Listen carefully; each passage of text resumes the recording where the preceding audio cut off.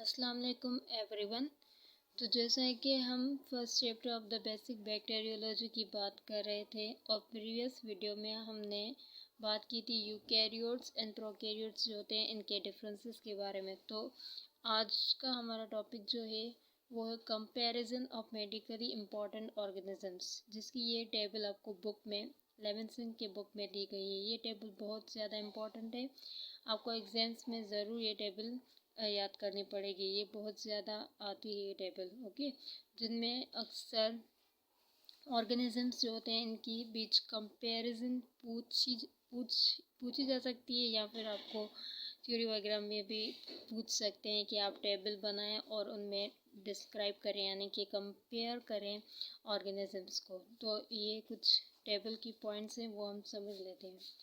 तो पहले हम देख लेते हैं कि यहाँ पे कौन कौन से ऑर्गेनिजम्स को कंपेयर किया गया है। तो यहाँ पे वायरसेस, बैक्टीरिया, फंजाई और पैरासाइट, इन 4 ऑर्गेनिजम्स को हम कंपेयर करेंगे उनके डिफरेंट कंपोनेंट्स के मुताबिक, ठीक है।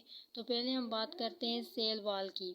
तो सेल वॉल जो होती है ये वायरसेस में तो प्रेजेंट नहीं होती, ठीक है। तो यहाँ पे लिखा हुआ है कि सेल वॉल वायरसेस में नहीं होती, और सेल वॉल बैक्टीरिया और फंजाई इन दोनों में प्रेजेंट होती है। और पैरासाइट में सेल वॉल हो भी सकती है या नहीं हो सकती है, मतलब दोनों चांसेस है, या तो प्रेजेंट होगी या प्रेजेंट नहीं होगी, पर ज़्यादातर उनमें सेल वॉल प्रेजेंट नहीं होती है, ओके। और दूसरा डायामीटर की बात की गई है, तो डिफरेंट डायामीटर यहाँ पे मेंशन किए गए हैं। ये तो इतने ज़्यादा इंपॉर्टेंट नहीं, लेकिन फिर भी हम देख लेते हैं कि वायरसेस का डायामीटर जो होता है वो 0.02 से 0.2 तक होता है, बैक्टीरिया का 1 to 5 से तक होता है, और फंजाई का जो ईस्ट है उनका 3 to 10 तक होता है, और पैरासाइट का 15 to 25 माइक्रोमीटर का होता है, जो कि ट्रोफोसाइट्स का होता है, ओके। और अब हम बात करते हैं न्यूक्लिक एसिड की। तो न्यूक्लिक एसिड वायरसेस जो होते हैं उनका या तो डीएनए का बना होता है या तो आरएनए, मतलब कि जो एक वायरस होगा उस एक वायरस में या डीएनए प्रेजेंट होगा या आरएनए प्रेजेंट होगा, दोनों साथ में नहीं होते। अगर डीएनए होगा तो आरएनए नहीं होगा, अगर आरएनए होगा तो डीएनए नहीं होता, मतलब इन दोनों में से कोई एक प्रेजेंट होगा। लेकिन बैक्टीरिया में और फंजाई इन दोनों में बोथ प्रेजेंट होते हैं, मतलब डीएनए भी प्रेजेंट होता है, आरएनए भी प्रेजेंट होता है।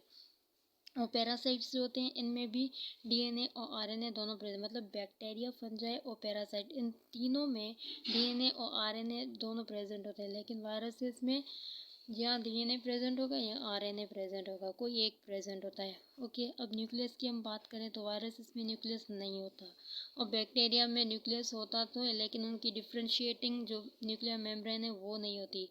और फंजाई जो होता है उनमें मेम्ब्रेन बाउंड न्यूक्लियस होता है, यानी इनमें न्यूक्लियर मेम्ब्रेन प्रेजेंट होती है। और जो पैरासाइट होता है वो भी मेम्ब्रेन बाउंड ही होते हैं, यानी उनमें भी न्यूक्लियर मेम्ब्रेन प्रेजेंट होती है। अब हम बात करते हैं राइबोसोम्स की।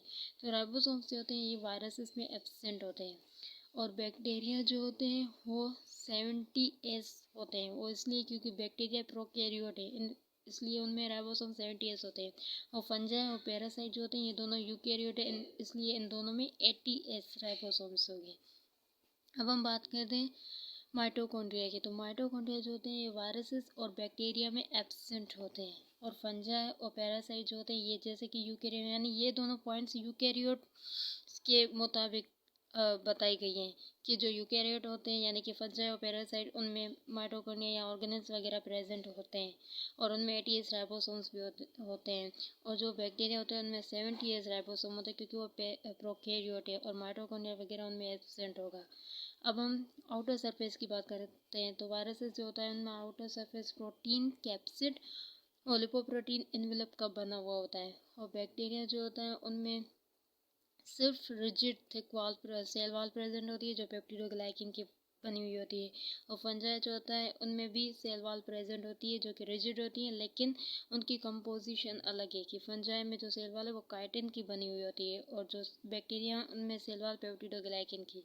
और पैरासाइट में सेल वॉल एब्सेंट होती है, सिर्फ फ्लेक्सिबल मेम्ब्रेन प्रेजेंट होती है, ओके। अब हम बात करते हैं मोटिलिटी की। तो मोटिलिटी जो होती है ये वायरसेस में नहीं होती, वायरसेस नॉन मोटाइल होते हैं, और फंजाई भी नॉन मोटाइल होते हैं, फंजाई वायरस दोनों नॉन मोटाइल होते हैं। और बैक्टीरिया, कुछ बैक्टीरिया यानी सारे बैक्टीरिया नहीं, सिर्फ कुछ बैक्टीरिया मोटाइल होते हैं।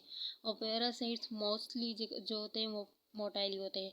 अब रेप्लिकेशन का जो मेथड होता है वो वायरसेस में बाइनरी फिशन के थ्रू नहीं होता, क्योंकि बैक्टीरिया में जो रेप्लिकेशन होती है वह बाइनरी फिशन के थ्रू होती है, लेकिन वायरसेस में बाइनरी फिशन के थ्रू रेप्लिकेशन नहीं होती। और फंजाई जो होते हैं उनमें बडिंग और माइटोसिस जो होते हैं उनके ज़रिए रेप्लिकेशन होती है, और जो पैरासाइट्स होते हैं उनमें सिर्फ माइटोसिस के ज़रिए रेप्लिकेशन होती है। तो ये कुछ डिफरेंसेस हैं मेडिकली इम्पोर्टेंट ऑर्गेनिजम्स के, ये आप अच्छे से समझ लीजिएगा।